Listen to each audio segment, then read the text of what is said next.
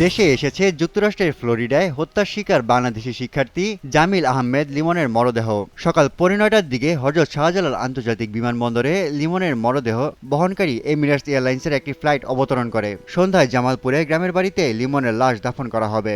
এদিকে শিক্ষার্থীকে হত্যার ঘটনায় সুষ্ঠু বিচারের লক্ষ্যে মার্কিন সরকারের সঙ্গে যোগাযোগ রাখা হচ্ছে বলে জানিয়েছেন পররাষ্ট্র প্রতিমন্ত্রী শামা ওবায়েদ। সকালে বিমানবন্দরে লিমনের মরদেহ হস্তান্তর করতে গিয়ে একথা বলেন তিনি। পররাষ্ট্র প্রতিমন্ত্রী বলেন, সরকারের পক্ষ থেকে সব ধরনের পদক্ষেপ নেওয়া হচ্ছে। এছাড়া নিহত অপর শিক্ষার্থী নাহিদ সুলতানা বৃষ্টির মরদেহ আনার প্রক্রিয়া চলছে। লিমনের সাথে আরও একটি মেয়ে আমাদের বাংলাদেশের সন্তান বৃষ্টি ও নিহত হয়েছে একটি হত্যাকাণ্ডে। তো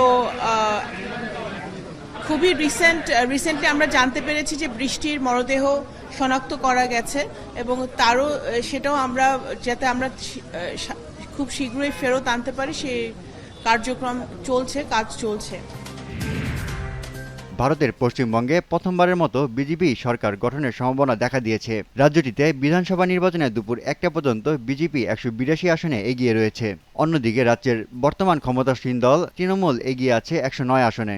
294 আসনের এই বিধানসভায় সরকার গঠন করতে প্রয়োজন 148 আসনের জয়। পশ্চিমবঙ্গ বিধানসভার বিরোধী দলীয় নেতা শুভেন্দু অধিকারী ইতিমধ্যে দাবি করেছেন, এই রাজ্যে তার দল বিজেপিই সরকার গঠন করবে। বন্ধ কারখানার বিষয়ে বস্ত্র ও পাট মন্ত্রণালয়ের সঙ্গে বৈঠক করেছেন প্রধানমন্ত্রী তারেক রহমান। সকালে সচিবালয়ের মন্ত্রিপরিষদ বিভাগে প্রধানমন্ত্রীর দপ্তরে এই বৈঠক অনুষ্ঠিত হয়। বৈঠকে বস্ত্র ও পাট মন্ত্রী খন্দকার আব্দুল মুক্তাদির এবং প্রতিমন্ত্রী মোহাম্মদ শরীফুল আলম অংশ নেন। গত মাসে মন্ত্রী জানিয়েছিলেন, বন্ধ 6টি সরকারি পাটকল 6 মাসের মধ্যে বেসরকারি উদ্যোগে চালু করা হবে। পর্যায়ক্রমে বন্ধ বাকি পাটকলগুলো চালু অথবা ইজারা দেওয়ার সরকারি সিদ্ধান্তের কথাও জানিয়েছিলেন মন্ত্রী। বিমান বহরে আন্তর্জাতিক মানের উড়োজাহাজ যুক্ত করতেই মার্কিন কোম্পানি বোয়িংয়ের সঙ্গে চুক্তি করা হয়েছে বলে জানিয়েছেন বিমান প্রতিমন্ত্রী এম রাশেদুজ্জামান মিল্লাত। রাজধানীর ডিসি সম্মেলনে দ্বিতীয় দিনে তিনি এ তথ্য জানান। এ সময় বিমান প্রতিমন্ত্রী বলেন, 14টা বোয়িং ক্রয়ের চুক্তি ইতিমধ্যে স্বাক্ষর করা হয়েছে। 14টা বোয়িং ক্রয়ের স্বাক্ষর করেছি এবং আরও কিছু বিমান আমরা লিজ করব। সেগুলিকে নিয়ে আমরা এই বিমানবন্দরগুলি যেগুলি আছে আরও ব্যবহৃত হচ্ছে না, প্রায় 8টি-9টি বিমানবন্দর, সেগুলিকে আমরা নতুন করে রিপেয়ার করে এটাকে চালু করব আভ্যন্তরীণ রুট হিসেবে। ময়মনসিংহের মুক্তাগাছায় ট্রাক চাপায় অটোরিকশার 3 যাত্রী নিহত হয়েছে। দুপুরে এই ঘটনায় আরও 5 জন আহত হওয়ার খবর পাওয়া গেছে। এদিকে ঢাকা টাঙ্গাইল যমুনা সেতুর মহাসড়কের ট্রাক পিকআপ ভ্যানের সংঘর্ষে 2 জনের মৃত্যু হয়েছে। এ ঘটনায় আহত হয়েছেন আরও 2 জন। ভোরে মহাসড়কের রাবনা বাইপাস এলাকায় এই দুর্ঘটনা ঘটে।